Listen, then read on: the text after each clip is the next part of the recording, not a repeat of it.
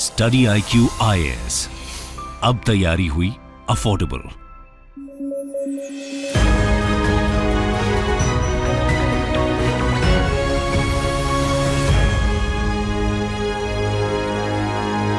नमस्कार दोस्तों, पिछले कुछ दिनों से आप लगातार नेशनल हेराल्ड केस के बारे में सुन रहे होंगे और स्पेशली आज ये खबर में इसलिए है क्योंकि राहुल गांधी अपीयर हुए हैं बिफोर ईडी, एनफोर्समेंट डायरेक्टरेट के पास उनको जाना पड़ा है।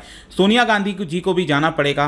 तो एग्जैक्टली है क्या ये केस में हुआ क्या है, सुब्रमण्यम स्वामी का क्या रोल है, क्या ये किसी प्रकार का स्कैम है, सब कुछ मैं आपको बहुत ही सरल शब्द में बताऊंगा। चलिए आगे बढ़ते हैं, लेकिन उसके पहले ध्यान रखिएगा, अगर आप यूपीएससी की तैयारी कर रहे हैं, हमारे कोर्सेज को परचेस करना चाहते हो तो देखिए एक जो पूरा कोर्स है यहाँ पर हम लेकर आ रहे हैं लाइव फाउंडेशन बैच।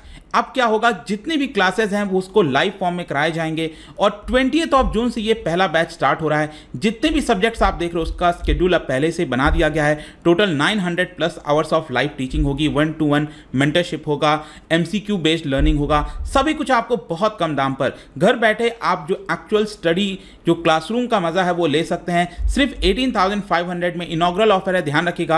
आपको कोड इस्तेमाल करना है अंकित लाइव हमारे ऐप और वेबसाइट पे। इसके अलावा अगर आप MCQs अटेम्प्ट करना चाहते हैं तो मेरे इंस्टा पेज पर भी जा सकते हैं, वहां पर स्टोरीज में जितने भी MCQs हैं उसको आप अटेम्प्ट कर पाएंगे। चलिए शुरुआत करते हैं और सबसे पहले देखते हैं एग्जैक्टली अभी हो क्या रहा है। जैसा मैंने बताया, एनफोर्समेंट डायरेक्टरेट ने समन किया है, बुलाया है कांग्रेस की अध्यक्ष, कांग्रेस प्रेसिडेंट सोनिया गांधी और former party chief Rahul Gandhi ji को। और यहां पर यह कहना है कि मनी लॉन्ड्रिंग का केस है कहीं ना कहीं इन दी नेशनल हेराल्ड न्यूज़पेपर केस।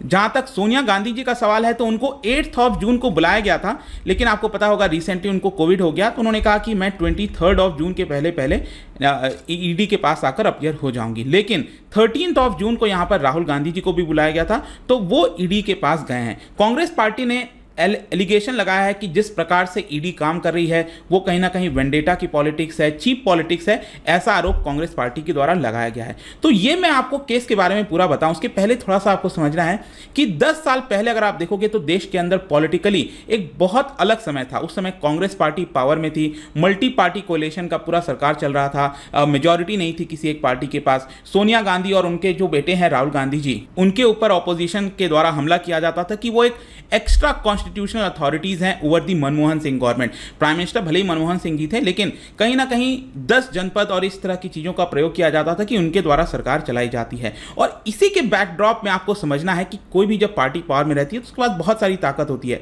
तो उसी के बैकड्रॉप में अगर आप देखोगे तो जो सुब्रमण्यम स्वामी हैं, जिन्होंने कई बार कई केसेस डाले हैं, उन्होंने 2012 में दिल्ली कोर्ट के अंदर एक केस डाल दिया दोनों के ऊपर और एलिगेशन लगाया कि सोनिया गांधी और राहुल गांधी जी के द्वारा मनी लॉन्ड्रिंग किया गया है। और इसी पूरे केस को नेशनल हेराल्ड केस हम बोलते हैं। तो नेशनल हेराल्ड केस के अंदर ये नेशनल हेराल्ड है क्या, ध्यान रखिएगा। ये न्यूज़पेपर है जिसको लॉन्च किया गया था 1938, बहुत कई वर्षों पहले, आज़ादी के भी पहले अगर आप देखोगे तो ये लॉन्च किया गया था 1938 में बाय एसोसिएटेड जर्नल्स लिमिटेड। अब देखिए यहाँ से मैं जो भी चीज़ आपको बता रहा हूँ उसको बहुत ध्यान से सुनिएगा, क्योंकि काफ़ी कॉम्प्लिकेटेड भी है पूरा केस, लेकिन सरल से मैं आपको बताने की कोशिश करूँगा। तो जवाहरलाल नेहरू जी का एक ब्रेन चाइल्ड था जिसका नाम था एसोसिएटेड जर्नल्स लिमिटेड, AGL, इनके द्वारा लॉन्च किया गया 1938 में ये न्यूज़पेपर जिसका नाम है नेशनल हेराल्ड। और इसके अंदर अगर आप देखोगे जो टोटल शेयर होल्डर्स थे, क्योंकि उस समय आज़ादी के लिए लोग लड़ रहे थे,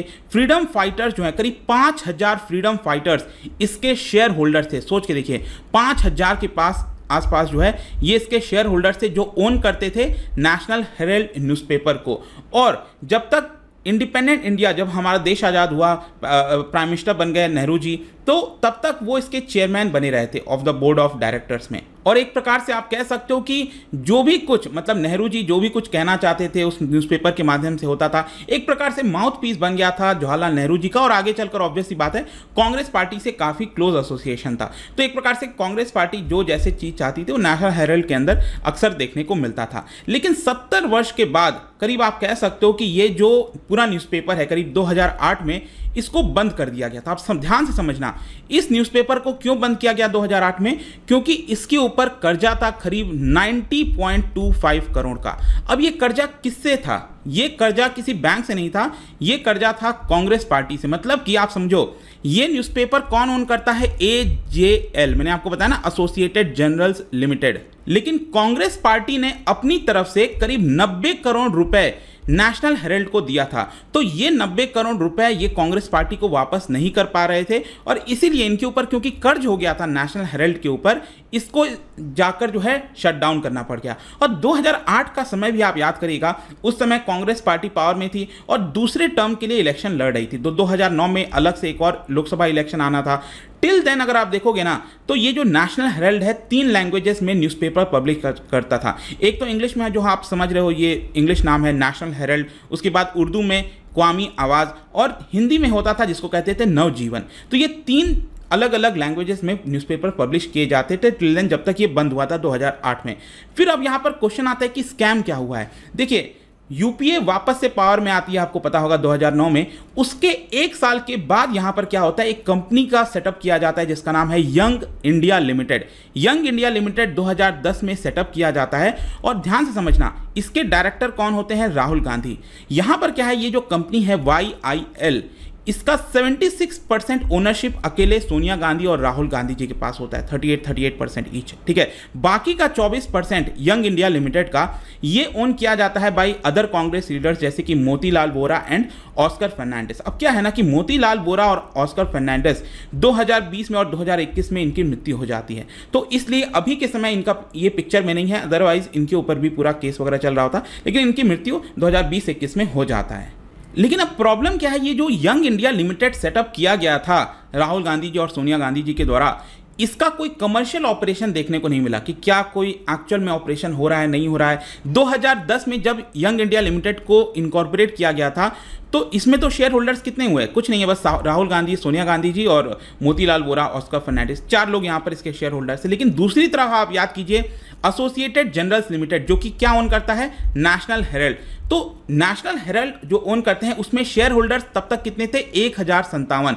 याद कीजिएगा, 1938 में जब नेशनल हेराल्ड को स्टार्ट किया गया था, तब मैंने आपको बोला था 5000 के आसपास शेयर होल्डर्स थे। लेकिन अभी इसके शेयर होल्डर्स कितने हो गए? 2008 आते आते 1000 के आसपास। फिर क्या होता है कि ये जो होल्डिंग्स है नेशनल हेराल्ड जो है, उसकी सारी होल्डिंग्स किसको ट्रांसफर कर दी जाती है? यंग इंडिया लिमिटेड को। मैं अभी आपको आगे बताऊंगा क्यों कर दी जाती है, क्या पेमेंट हुआ।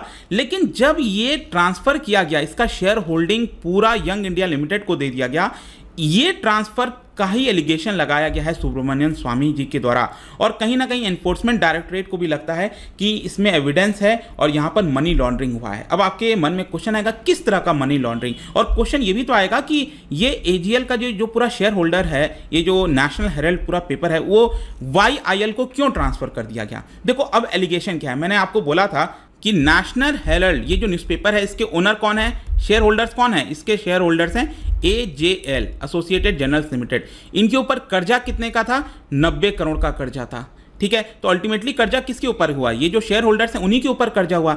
ये पैसा किसको देना था? ये पैसा दिया जाना था कांग्रेस पार्टी को, क्योंकि इन्होंने कांग्रेस से ये पूरा पैसा लिया था। तो क्या हुआ कि यंग इंडिया लिमिटेड जो कंपनी सेटअप की गई थी 2010 में, इन्होंने 50 लाख, ध्यान रखिएगा, सिर्फ 50 लाख रुपए यहां पर दे दिया। ये 50 लाख रुपए किसको दे दिया? कांग्रेस पार्टी को एक प्रकार से दे दिया। और ये वाला जो पूरा 90 करोड़ का रिकवरी का राइट है, वो इन्होंने अपने पास ले लिया। ध्यान से समझना अगेन कि YIL ने सिर्फ 50 लाख रुपए देकर, ये 90 करोड़ किसको मिलने थे? कांग्रेस पार्टी को मिलने थे। लेकिन यंग इंडिया लिमिटेड ने सिर्फ 50 लाख रुपए कांग्रेस पार्टी को तो देकर जितना भी रिकवरी वो होना था, वो यंग इंडिया लिमिटेड ने अपने पास में रख लिया। इस तरह से ट्रांसफर किया गया। अब इसमें प्रॉब्लम यह है कि नेशनल हेराल्ड के पास अगर आप देखोगे ना, तो बहुत सारे एसेट्स थे, कई सारे जमीन है पूरे देश के अंदर, अलग अलग जगह थे। जैसे कि फॉर एग्जांपल नई दिल्ली के अंदर यहां पर बहादुर शाह जफर मार्ग पर एक बहुत ही प्राइम लोकेशन है, वहां पर ये हेराल्ड हाउस था। उसका भी, ये जो पूरा एसेट है, उसको भी यंग इंडिया लिमिटेड ने अपने पास यहां पर रख लिया। तो आई होप कि अब धीरे धीरे आपको चीजें समझ में आ रही होंगी। तो सुब्रमण्यम स्वामी का एलिगेशन ये था कि जस्ट 50 लाख रुपए यहां पर यंग इंडिया लिमिटेड ने अपनी तरफ से किसको दे दिया? कांग्रेस पार्टी को। और ये जो पूरा यहां पर बकाया था 90 करोड़ का, उसका रिकवरी का पूरी जिम्मेदारी अपने पास रख ली। अब जाहिर सी बात है कि ये 90 करोड़ रुपए ये लोग दे नहीं पा रहे होंगे, तो नेशनल हेराल्ड का पूरा एसेट जो है वो भी यंग इंडिया ने अपने पास रख लिया। अब मैं आपको अगेन थोड़ा सा समराइज कर देता हूं, यहां पर ध्यान से समझना। नेशनल हेराल्ड है, यहां पर उसके ओनर कौन है? Associated journals limited, right. दूसरी तरफ यहां पर कांग्रेस पार्टी है और यहां पर सोनिया जी और राहुल गांधी जी है, ठीक है। और सोनिया और राहुल गांधी जी ने यहां पर कौन सा कंपनी बनाया था? यंग इंडिया लिमिटेड 2010 में बनाया था। आया समझ में? तो यहां पर नेशनल हेराल्ड ने, मतलब कि ये जो ओनर हैं एसोसिएटेड जर्नल्स ने, यहां पर 90 करोड़ रुपए कांग्रेस पार्टी से लिए थे। तो ये 90 करोड़ रुपए देना था, इनको वापस लौटाना था, लेकिन ये लौटा नहीं पा रहे थे। तो यहां पर ये जो कंपनी है यंग इंडिया लिमिटेड, इन्होंने अपनी तरफ से 50 लाख रुपए, सिर्फ 50 लाख रुपए इन्होंने दे दिया कांग्रेस पार्टी को, और बाकी का सारा जो एसेट है नेशनल हेराल्ड वो यंग इंडिया लिमिटेड ने अपने पास रख लिया, ठीक है। और ऑब्वियस सी बात है, यंग इंडिया लिमिटेड किसकी कंपनी है? उसके अंदर 76% हिस्सेदारी सोनिया गांधी और राहुल गांधी जी की है। तो यहीं पर जो एलिगेशन है, सुब्रमण्यम स्वामी जी का एलिगेशन है, वो यही है कि ये जो ट्रांजैक्शन हुआ है वो इलीगल है। जो भी पैसा ट्रांसफर वगैरह हुआ था वो तो कांग्रेस पार्टी के फंड से हुआ था। तो कैसे सोनिया और राहुल गांधी जी इनडायरेक्टली इस कंपनी के माध्यम से इसका एसेट अपने पास रख सकते हैं? और इसीलिए स्वामी जी ने क्या किया, सोनिया गांधी, राहुल गांधी, मोतीलाल वोरा, फर्नांडिस, सुमन दुबे एक जर्नलिस्ट हैं, इन सभी के ऊपर दिल्ली हाईकोर्ट के अंदर पिटीशन डाल दिया, उनको एक्यूज बताया। और इसी की वजह से कांग्रेस पार्टी ने वापस से डिफेंस में आ गई। और आप देख सकते हो 2012 में राहुल गांधी जी के ऑफिस ने थ्रेटन भी किया, एक लीगल एक्शन हम डाल देंगे सुब्रमण्यम स्वामी के ऊपर, क्योंकि हमारे ऊपर बेसलेस एलिगेशन लगाया गया है। उस समय कांग्रेस के जो स्पोक्स पर्सन है पीसी चाको, उन्होंने चैलेंज कर दिया सुब्रमण्यम स्वामी को, अगर आपका एलिगेशन सही है तो आप कोर्ट क्यों नहीं चले जाते और वहां जाकर आप अपना जो भी कुछ है उसको प्रूफ करिए। और इनफैक्ट एक और मैं चीज बताता हूं आपको कि करीब 8 साल के बाद 2008 में ये नेशनल हेराल्ड बंद हो गया था, जो प्रिंट न्यूज़पेपर होता था, लेकिन 8 साल के बाद 2016 में वापस से नेशनल हेराल्ड को स्टार्ट किया गया। अगर आप सर्च करोगे नेशनल हेराल्ड, वो आपको इसका वेबसाइट मिल जाएगा। डिजिटल फॉर्मेट में ये तीनों न्यूज़पेपर को वापस से स्टार्ट किया गया। अभी ये चल रहा है लेकिन वो डिजिटल फॉर्मेट में है। अब यहां पर अगर देखोगे तो जो YIL और ये AGL है, AGL के अंदर मैंने आपको बताया था इसके अंदर 1000 शेयर होल्डर्स बचे थे, राइट। और वो आजादी के समय से चलते आ रहे थे बहुत सारे शेयर होल्डर। तो इन शेयर होल्डर्स के द्वारा भी आरोप लगाया गया है YIL के ऊपर। जैसे कि इसके अंदर आप देखोगे ना तो बहुत ही फेमस पर्सनालिटीज, शांति भूषण, इनके बेटे हैं प्रशांत भूषण, काफी न्यूज में रहते हैं। इसके अलावा सुप्रीम कोर्ट के जज थे फॉर्मर मार्कंडे काटजू, ये भी शेयर होल्डर्स थे, इनके पिताजी शेयर होल्डर्स थे इसके अंदर। तो उन्होंने एलिगेशन लगाया कि 2010 में जब ये ट्रांसफर किया गया हमारा पूरा शेयर YIL की तरफ, तो हमसे कुछ पूछताछ भी नहीं की गई, हमसे कंसेंट भी नहीं लिया गया, सिंपली यहां पर एक नोटिस देकर ट्रांसफर कर दिया गया। डिस्पाइट कंप्लेंट्स और ये सारी चीजों के बावजूद भी क्या होता है कि अगले 2 साल तक चीजें मूव ऑन नहीं कर पाती हैं। कोर्ट में केस डाला जाता है सुब्रमण्यम स्वामी के द्वारा, हो नहीं पाता। लेकिन 2014 में चीजें बदल जाती हैं। अगेन 2014 का समय याद कीजिएगा, नरेंद्र मोदी जी की सरकार आ जाती है पावर में, और सुब्रमण्यम स्वामी उस समय अरुण जेटली जो कि फाइनेंस मिनिस्टर थे, उनको एक लेटर लिखते हैं और कहते हैं कि आप इनकम टैक्स इन्वेस्टिगेशन कराइए कांग्रेस के लीडर्स के ऊपर। साथ ही साथ उन्होंने दिल्ली कोर्ट में यहां पर जो केस डाला था, तो दिल्ली कोर्ट की तरफ से एक समन भेजा गया सोनिया गांधी और राहुल गांधी जी को कि आप कोर्ट में अपीयर हुई इस केस के अंदर। और उसी साल मैं आपको बता दूं एनफोर्समेंट डायरेक्टरेट ने यहां पर प्रोब लॉन्च कर दिया और देखने लगे कि क्या किसी मनी लॉन्ड्रिंग का केस बनता है कि नहीं बनता है।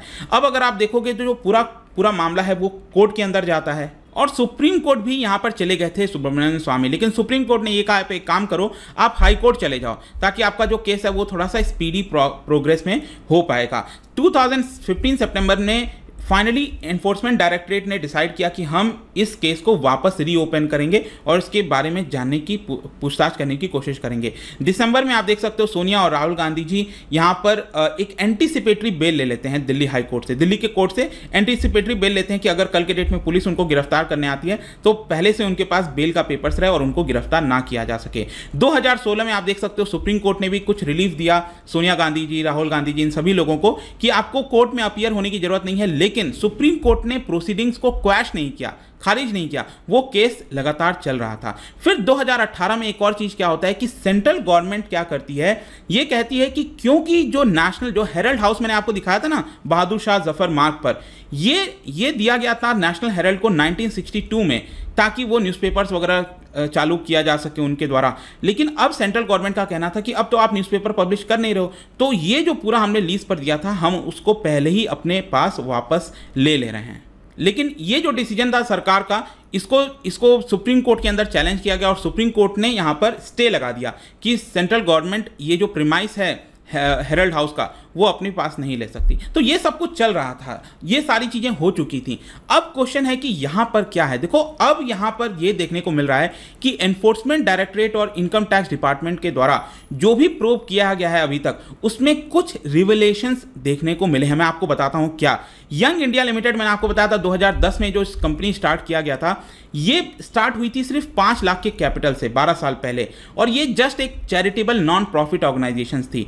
आज की डेट में अगर आप देखोगे इसके पास जो एसेट है it is around 800 crore rupees के आसपास। तो ये एक बहुत बड़ा रिवलेशन हुआ है ईडी और इनकम टैक्स डिपार्टमेंट के द्वारा। और सून यहां पर बताया जाता है कि जैसे ही ये 2010 में बनाया गया था यंग इंडिया लिमिटेड को, इन्होंने 1 करोड़ रुपए यहां पर सिक्योर्ड लोन लिया था एक कोलकाता बेस्ड शेल फर्म, मतलब कोई नकली कंपनी, डब्बा कंपनी ऐसी कोई होगी, उनसे 1 करोड़ रुपए यहां पर लोन ले लिया, ताकि 1 करोड़ से मैंने बताया था ना, इन्होंने 50 लाख रुपए कांग्रेस पार्टी को दिए थे ताकि नेशनल हेराल्ड का सारा अपना जो एसेट है वो अपने अंडर कर सकें।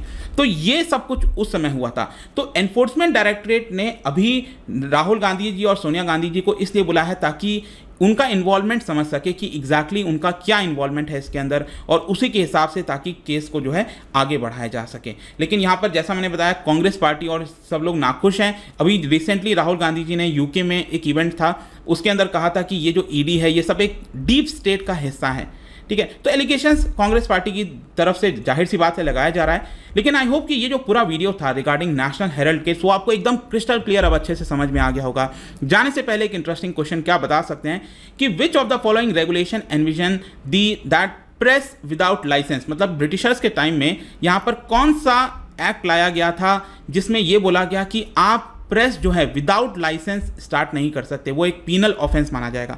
कौन से एक्ट के तहत किया गया, इसका राइट आंसर आपको पता ही है। मेरे इंस्टाग्राम पर तो मिल ही जाएगा, वहां पर अगर आप नहीं हो कोई बात नहीं, टेलीग्राम से भी ले सकते हैं इसका सही उत्तर। मैं कई सारे जो एमसीक्यूज है वो यहाँ पर स्टोरीज में डालता रहता हूँ, वहां से जाकर आप प्ले कर सकते हो। बाकी अगर आपको पीडीएफ चाहिए तो टेलीग्राम पर आइए, अलग अलग सोशल मीडिया पर आप जुड़ पाओगे। और जैसा मैंने बताया, यूपीएससी या फिर किसी भी एग्जाम की तैयारी कर रहे हैं, use this code Ankit live, क्योंकि इससे आपको डायरेक्टली डिस्काउंट मिलेगा और 18,500 में ये पूरा कोर्स आप अवेल कर पाओगे। आई होप की वीडियो आपको पसंद आया होगा। मिलता हूं आपसे next time. Till then, thank you very much, see you soon. Study IQ IAS, अब तैयारी हुई अफोर्डेबल।